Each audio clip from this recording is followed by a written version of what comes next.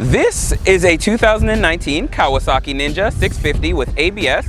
So stay tuned, I'm gonna give you guys a full tour and show you some of the quirks and twerks, and then I'm gonna give it an LJ score. So if you're new to the channel, be sure to hit that subscribe button and stay tuned for this full review.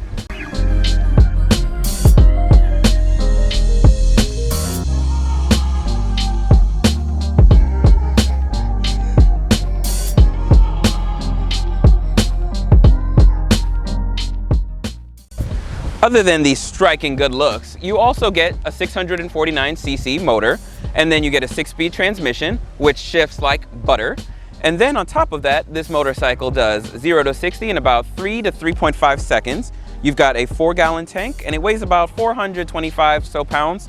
One of the first things that you'll notice is this beautiful orange color. And if you opt for the ABS on this 2019 Ninja, you're gonna get this beautiful color. Otherwise, standard, you're gonna get plain black, and it's gonna have green accents, typical Kawasaki Ninja fashion. From the factory, you get these beautiful 17-inch wheels, and again, look at these nice rotors. Everything is beautiful on this Ninja. There isn't a whole lot to say about this exterior. It kind of speaks for itself. It's very bold, it's strong, powerful, sport bike, typical Kawasaki Ninja. One of the first features I want to point out is this clutch lever is actually adjustable, and it's a cool feature. So all you do is you push forward and then turn this dial, and you can actually change the engagement point for the clutch. And moving over to the braking side, it's the same thing. You push forward, turn this dial, and you can change the brake engagement point. As far as everything else up front, not a whole lot has changed for 2019. So I'm going to show you guys kind of a quick speed through of what to expect, you know, from the driver's position. As far as from the driver's perspective, everything is pretty much standard Kawasaki Ninja fare. So you've got your kill switch, your key,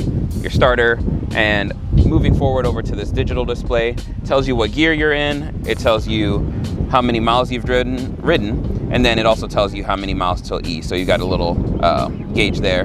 Speedometer is all digital, and then everything's pretty much standard. And if you need to get anyone out of your way, don't worry, Kawasaki's got you covered with this awesome sounding horn. Kawasaki's got you covered as well with this little pass light, or you can use it as a safety button, so if someone doesn't see you, you can flash them just to let them know that you're coming through. You also do get pegs for your rear passenger if you actually do decide to put someone up here. And these seats are surprisingly comfortable. I can't say that it's something that I'd ever want to change out. So far, I've ridden 135 miles or so on it, and I can say that I haven't had any problems with the seats. Take a look at how meaty these stock tires are. One of the things that I don't like is the sound of this stock exhaust. It kind of sounds a little lawnmower-y, but that's just me.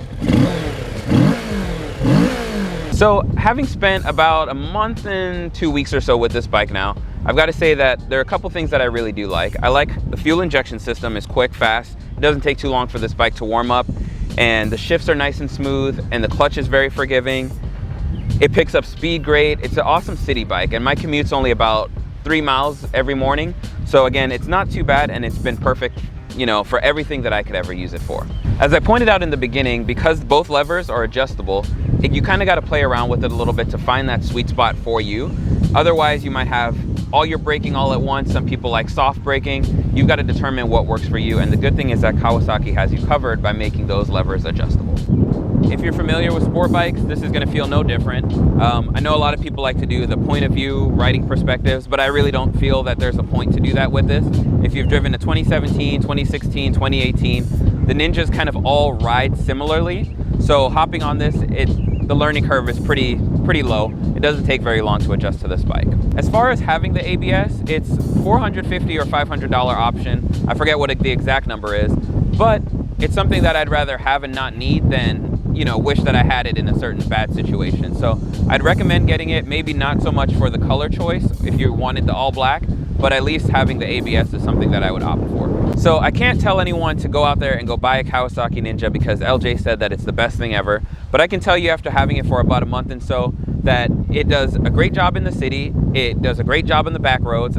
Out here in Illinois, I have no problems getting on it. Plenty of power, plenty of fuel efficiency, comfortable, great riding position, all of those things that I look for when I want to buy a bike. So get out there, test drive one, keep it on your list. The Kawasaki Ninja is definitely worth taking the time to pursue if you're on the market for a sport bike. Thank you guys for letting me show you around the Kawasaki Ninja, and if you made it this far, thank you guys for checking out the video. Be sure to hit that like button, the subscribe button, and the comment button, and let me know what your favorite of the 650s or sport bikes or any questions or concerns you guys may have. Thanks again for checking out another video in LJ's Garage.